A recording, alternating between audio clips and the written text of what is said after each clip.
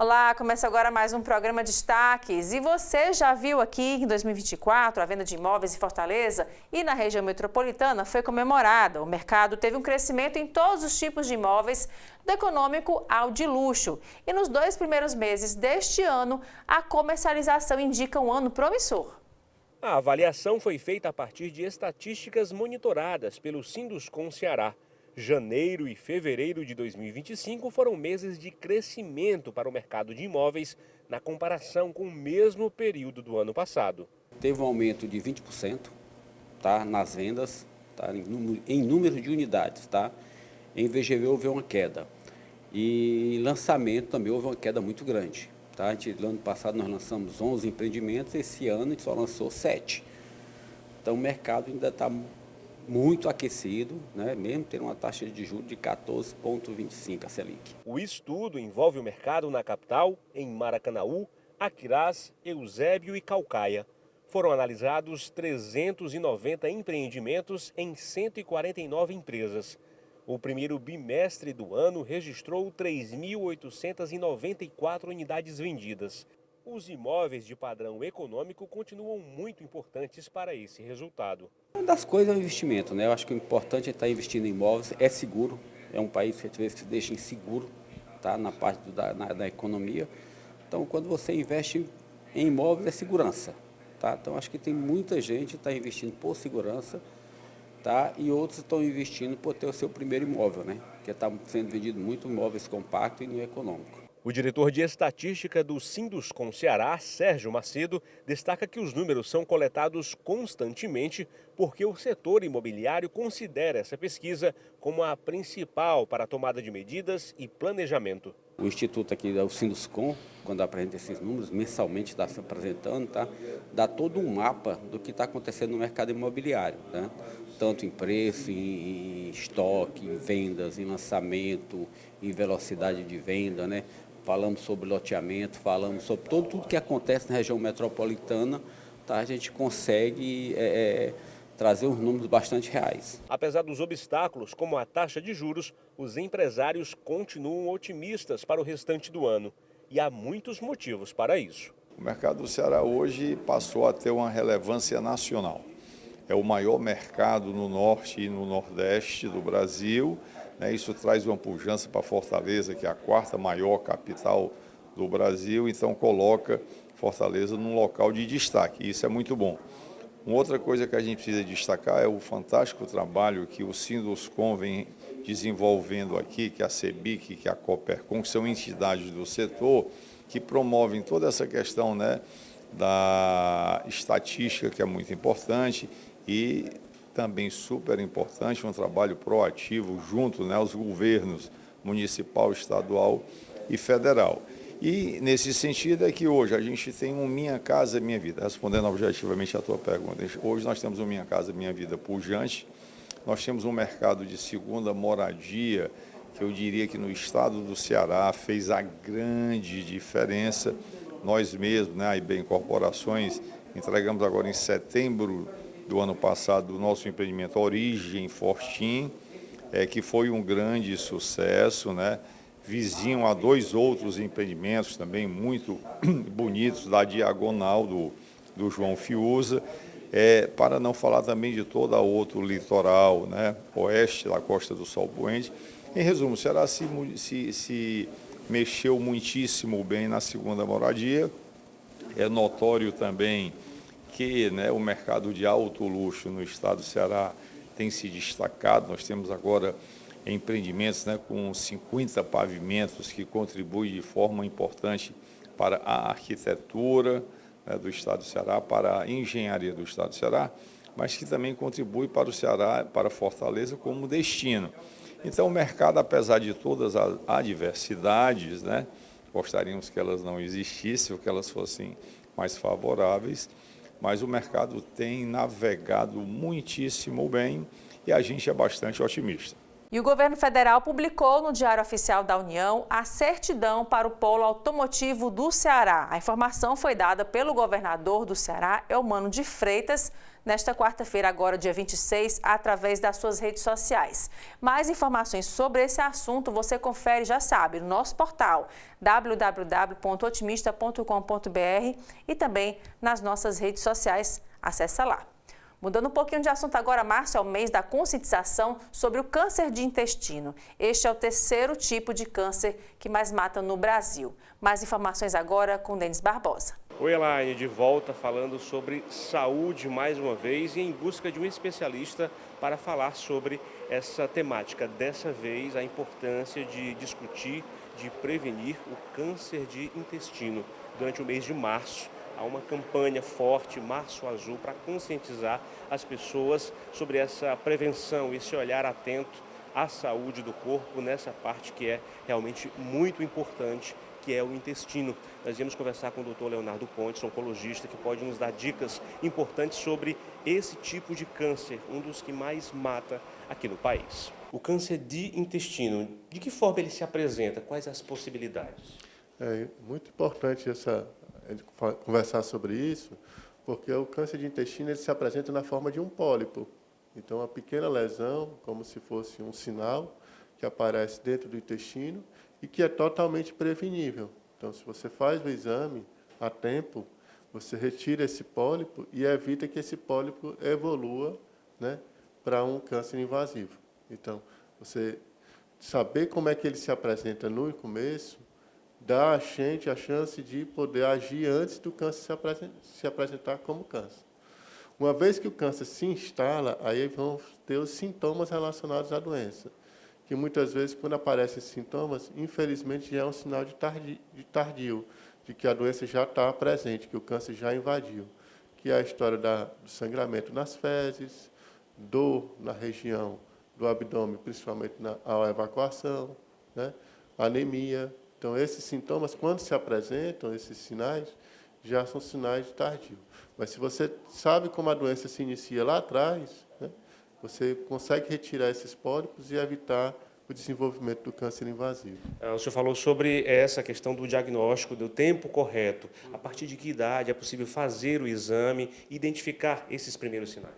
Pronto, a partir de 50 anos já está disponível na nossa rede a possibilidade de fazer a pesquisa de sangue oculto nas fezes, que é um exame simples de fezes que se faz e detecta se tem ou não sangue nas fezes. E aí, você detectando esses exames, você pode prosseguir no processo de avaliação, de retirar esses pólipos e evitar o câncer invasivo. Doutor, uma pergunta muito importante é sobre que ações a gente faz ao longo da vida ou que estilo de vida a gente segue que pode contribuir para, infelizmente, o surgimento dessa doença. Assim, não tem muito segredo. Eu acho que isso tem sido muito, a mídia tem nos ajudado muito a conversar sobre isso, né? A questão de hábitos de vida saudáveis, como alimentação pobre em gordura animal, como atividade física regular, evitar cigarro e bebidas alcoólicas. Então, isso aí a mídia realmente tem falado muito.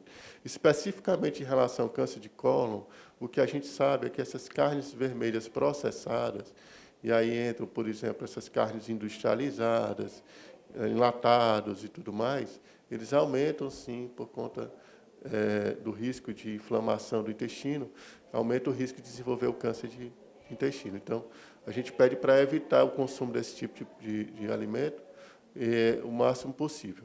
Essa dica é essencial. Esse estilo de vida é essencial porque é dessa máquina chamada corpo, né, que a gente sobrevive. Então, é preciso cuidar com muito carinho desde cedo, nesse estilo de vida, nessa alimentação principalmente, né? Com certeza. Cuidar da gente mesmo, né, é a melhor maneira da gente evitar de adoecer, né? Doutor, e esse mês há uma intensidade na campanha, mas esse é um tema que deve ser discutido e compartilhado o ano inteiro. Saúde sempre. Sem dúvida. Quando a gente fala do mês de campanha, é um mês de conscientização, mas lembrar que a nossa saúde ela não tem dia, né? Todo dia é dia de cuidar da gente mesmo, né? Dicas muito importantes do doutor e a gente reforça. Esse vídeo pode ser compartilhado. Essa informação precisa chegar ao máximo, né, de pessoas para que essa prevenção ocorra, para que esse contato com os especialistas possa realmente evitar que a pessoa possa chegar a essa questão, a ser um paciente, infelizmente, do câncer de intestino. Prevenção, olhar sempre, e esse contato, essa proximidade com o especialista é essencial nesse caminho. Eu volto com você aí no estúdio. E agora o intervalo, a gente volta já.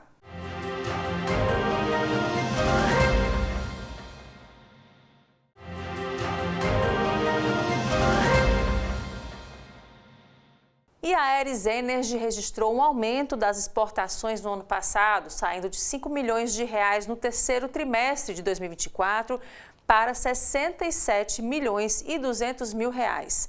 Os dados completos você confere no nosso portal com todos os detalhes no www.otimista.com.br e também já sabe, acessando nas nossas redes sociais. E você sabia que as mulheres são as mais vulneráveis a doenças cardiovasculares? Essa é uma realidade principalmente para as que estão no período da menopausa. E o Denis Barbosa traz mais informações para a gente. Informação interessante, importante e que precisa realmente ser compartilhada. Você certamente ficou surpreso, ou alguém que está acompanhando a gente ficou surpreso com essa informação de que as mulheres precisam ter mais atenção a essa questão, a esse risco de doenças cardíacas. Por isso, nós iremos conversar com um especialista, doutor Davi Neto está aqui conosco, que pode nos dizer, doutor, por que as mulheres precisam ter essa atenção? Por que as mulheres podem ter e têm mais esse risco de doenças cardíacas? A doença cardíaca na mulher, de fato, vem sendo cada vez mais estudada. Isso porque a mulher apresenta um risco cardiovascular diferente do homem, né? Isso começa já desde o início da fase reprodutiva, quando a mulher tem um efeito cardioprotetor dos estrógenos, né, dos hormônios femininos, que vão proteger ali naquele momento a mulher de aumento de colesterol, de algumas outras doenças que o estrógeno acaba trazendo, então, um benefício. Mas aí, principalmente logo após a menopausa, que essa queda é abrupta, então a mulher perde esse efeito e aí muitas vezes já apresenta a doença cardiovascular de uma forma mais tardia e também às vezes com algumas complicações. Doutor, sabendo dessa questão, o que elas precisam realmente fazer? Buscar esse acompanhamento ainda mais cedo, esse contato com o especialista é super importante. Com certeza. Então, essa busca da doença cardíaca na mulher deve ser feita nesse momento, né, principalmente ali em torno de 45 anos, que é quando também está o período ali da menopausa, que há, então, essa perda, porque também tem que lembrar que as mulheres podem muitas vezes apresentar sintomas clássicos de doença cardíaca, como, por exemplo, no infarto, na doença coronariana, em que o sintoma padrão é a dor no peito, né, aquela dor em aperto, e na mulher muitas vezes pode se apresentar de uma forma diferenciada, né, às vezes um mal-estar intenso, uma fadiga, né, simula até sintomas gastrointestinais e que aí pode então fazer com que o diagnóstico acabe sendo mais tardio. Então a busca de um profissional, de um cardiologista para essa avaliação, acompanhamento de check-up, então é aí onde entra que o check-up é extremamente importante para que não se tenha o diagnóstico tão tardio da doença cardíaca. Doutor, muitas vezes a gente ainda encontra muita gente com medo de iniciar esse check-up porque diz que vai encontrar. Quem procura acha. Na verdade, a prevenção ela é muito importante, uma vez que algo detectado é esse tempo que vai contar muito. A gente sempre diz que assim, o coração acaba sendo muito traiçoeiro, porque você deixar de buscar algo de uma forma precoce no coração, você pode pagar um preço muito alto, né? Inclusive com a vida. Então, quando se fala em doença cardíaca, a prevenção, principalmente, né? Eu acho que doenças em geral são muito assim, mas o coração, principalmente, a prevenção é extremamente importante, né? Então, quem não conhece alguém que estava bem, não sentia nada e teve uma morte súbita, né? Todos nós sabemos alguém que foi assim. Então, é importantíssimo encontrar a doença cardíaca de uma forma precoce, antes que ocorra uma manifestação até mais grave, como esse que eu citei o caso. Doutor, e estilo de vida? A gente sabe do que está realmente com a mulher, essa carga, muitas vezes tripla, né, durante o dia a dia. Elas precisam realmente tirar um tempo para cuidar nessa prevenção desse estilo de vida, dessa atividade física, dessa alimentação. Hoje a gente fala muito em combater os fatores de risco. E aí, combater os fatores de risco, de fato, precisa de uma atenção diferenciada para isso. Então, como você falou, a vida da mulher hoje em dia, que acumula, a vida da mulher moderna, né, que acumula a fazer de casa, trabalho, a vida corrida, então isso aumenta o estresse, né? Então o estresse ele é um dos fatores de risco que a gente deve combater, mas também lembrando que deve ser trabalhado o sedentarismo, ou seja, prática regulada do exercício físico, alimentação, né, uma alimentação, dieta equilibrada, regrada, controle do colesterol, controle do diabetes, dormir bem, né? Então são fatores de risco conhecidos. Tabagismo, então, nem se fala, principalmente no caso específico da mulher que utiliza anticoncepcionais. O tabagismo é uma combinação que tem riscos muito elevados de doença cardiovascular. Então, a prática do exercício físico, orientada, então, por um profissional de preferência, para que seja, então, todos esses fatores como um todo, né, trabalhados e evitados, né, isso a gente tem, sem dúvida, uma garantia de uma vida mais saudável e maior, né? E são dicas muito importantes. Doutor, muito obrigado pela entrevista, e é sempre bom que elas possam não ter medo. Vocês, especialistas, são sempre aliados, né? A ideia sempre é entrar como parceiros, né? E não ter medo, de fato, de encontrar, porque quanto mais cedo encontrarmos, mais fácil, menor vai ser o inimigo. Doutor, muito obrigado pelas informações, pela entrevista, dica dada e dica compartilhada. Eu volto com você aí no estúdio. Agora o intervalo, a gente volta já.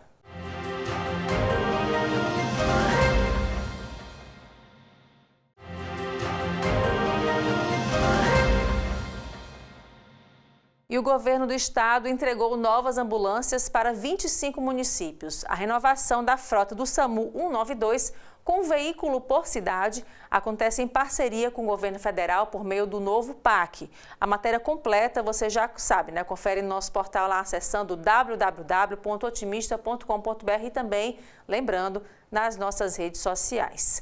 Os incentivos fiscais a grandes empresas foram uma grande saída para o desenvolvimento de muitas regiões pobres do Brasil, como é o caso do Ceará.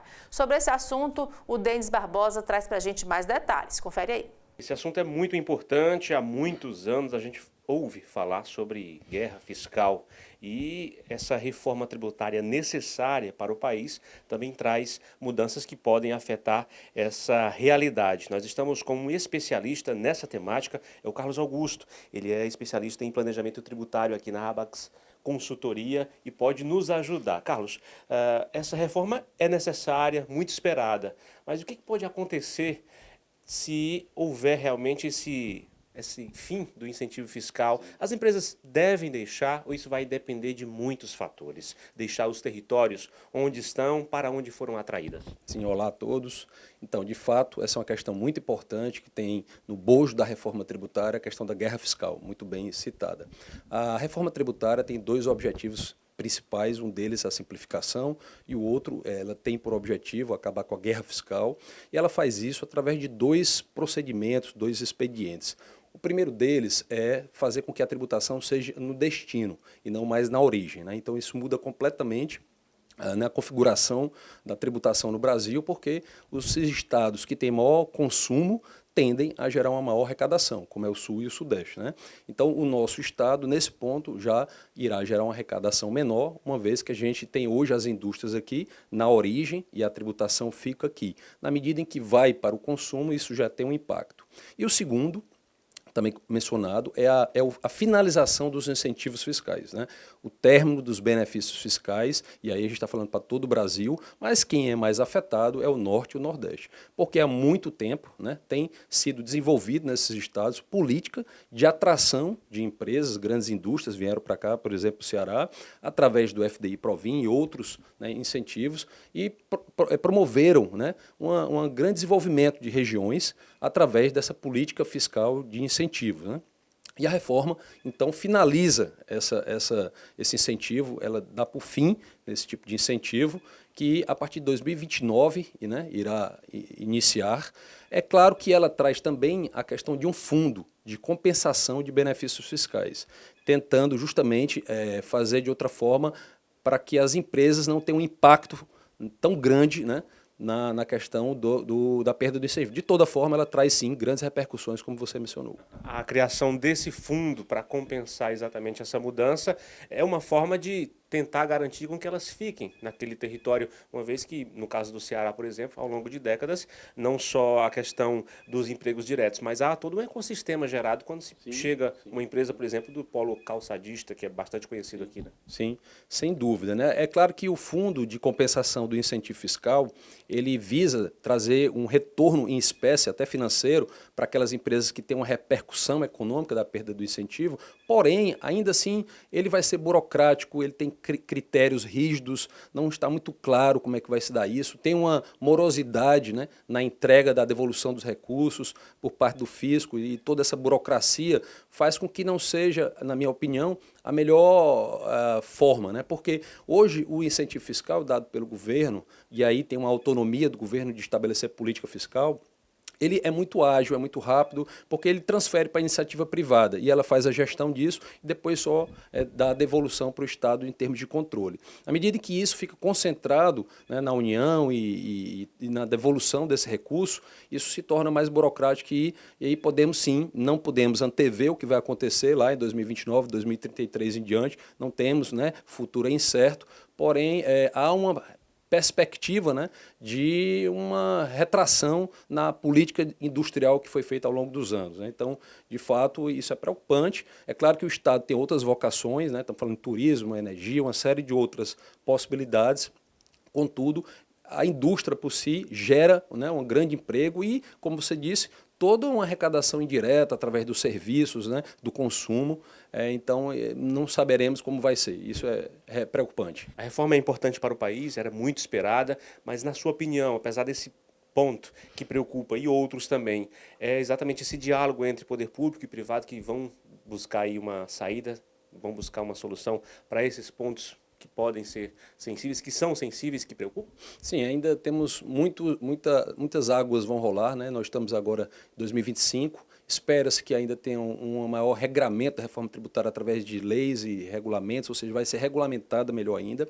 Existe um comitê gestor que vai atuar, né, no âmbito dessa reforma. A própria emenda constitucional tem uma previsão de revisão de como ficará a reforma tributária daqui a alguns anos. Enfim, então, os governos, né, estarão, claro, participando desse debate, sobretudo pela questão da arrecadação, como ficará, né, para os estados. Então, aí é claro, a iniciativa privada, através das suas confederações e federações e associações, também estará presente. Bom, é fato que ela já foi posta, a emenda constitucional é uma lei complementar, né, difícil, não tem mais como, né, retroceder. Porém, todo esse regramento e todo esse acompanhamento a gente vai viver durante esses 10 anos, até 2033, que é quando efetivamente ela 100% estará pronta para iniciar completamente. Durante esses 10 anos vamos ver uma fase de transição. Então, acho que ainda haverão muitos debates, muitas conversas e, é claro, ainda suscetíveis de ajuste, sem dúvida, para melhorar, né? Carlos, muito obrigado pela entrevista, pelas informações. Esse é mais um ponto, mais um recorte dessa tão esperada reforma tributária aqui no nosso país. Nós já discutimos outros pontos e agora trazendo à luz esse ponto sobre os incentivos fiscais, o fim deles e a possibilidade de mudança aí de ecossistemas em locais como o Ceará, polo calçadista e outras áreas que foram responsáveis por muito desenvolvimento em várias áreas aqui do nosso estado. Bom, a gente vai continuar acompanhando. Eu volto com você aí no estúdio, Elaine. E o Destaques fica por aqui. Obrigada pela sua companhia e até o próximo programa.